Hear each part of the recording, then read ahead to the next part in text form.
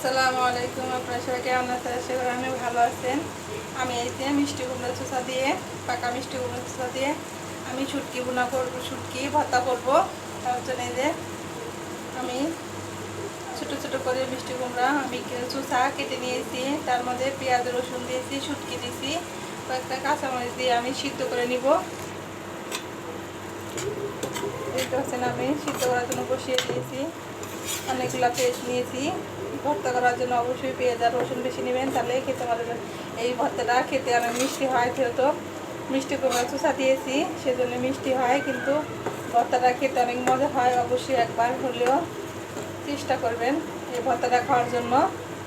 এই মিষ্টি কুমড়া চোষা দিয়ে পাকাটা, কাঁচাটা না, কাঁচাটা দিয়ে ভালো হয় না।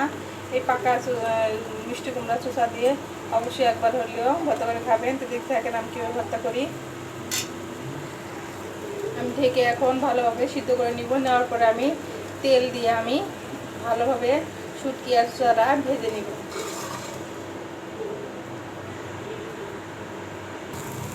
এই যে আমার আমি পানি দিয়ে সিদ্ধ করে নিয়েছি, সিদ্ধ করা হয়েছে। একটু পানিও নেই। এখন আমি তেল দিয়ে ভালো করে শুটকি, মিষ্টি কুমড়া শসা আর পেঁয়াজ রসুন, তারপরে মরিচ আছে, এগুলো সবই ভালো করে আমি ভেজে নিব। পরিমাণ মতো তেল দিয়ে দিব।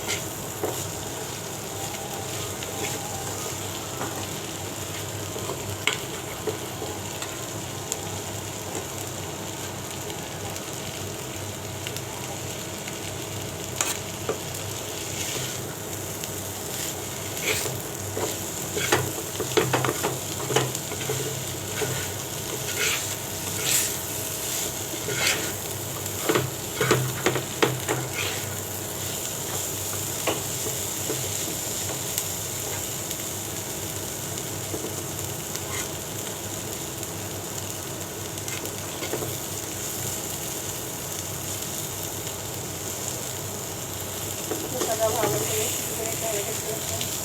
সুতরাং অনেক সিদ্ধ হয়েছে ভালোভাবে। এই যে চামচ দিয়ে করার সাথে সাথে গিলে দিতেছে।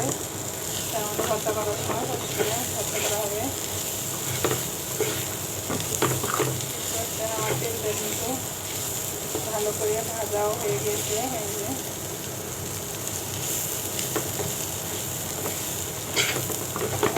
আমি ভালো করে ভেজে নিয়েছি। এখন আমি